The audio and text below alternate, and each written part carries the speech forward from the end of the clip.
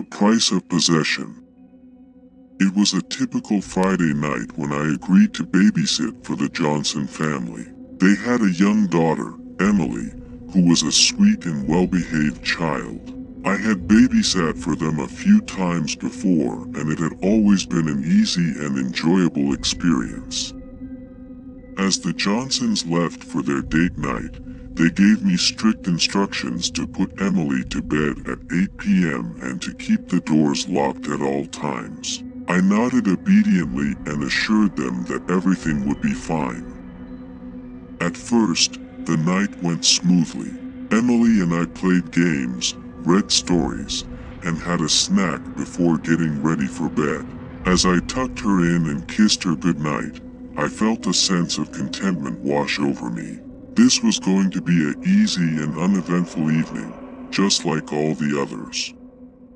But that's when things started to get strange. Emily's behavior changed dramatically as the night went on. She became more restless and agitated, refusing to go to sleep and constantly crying for no reason. I tried everything I could think of to calm her down, but nothing seemed to work.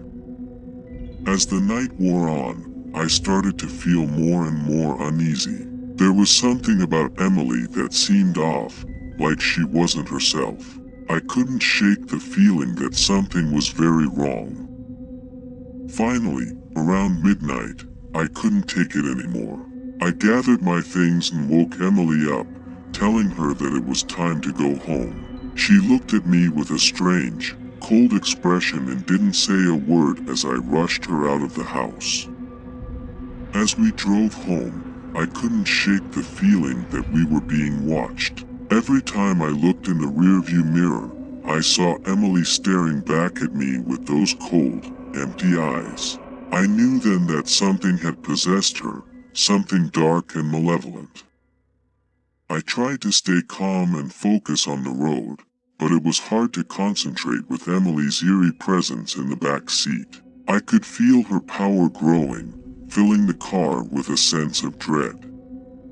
Just as we were about to turn onto the highway, Emily let out a blood-curdling scream. The car swerved wildly, out of my control. I heard the sound of metal crunching and felt a sharp pain as the car collided with something hard. When I woke up, I was in a hospital bed with no limbs, laying there in shock. The doctors told me that the car had crashed into a tree and that I had been lucky to survive. But as I lay there, unable to move or speak, I knew that luck had nothing to do with it. It was Emily, possessed, who had caused the crash. And now, I was paying the price for her possession.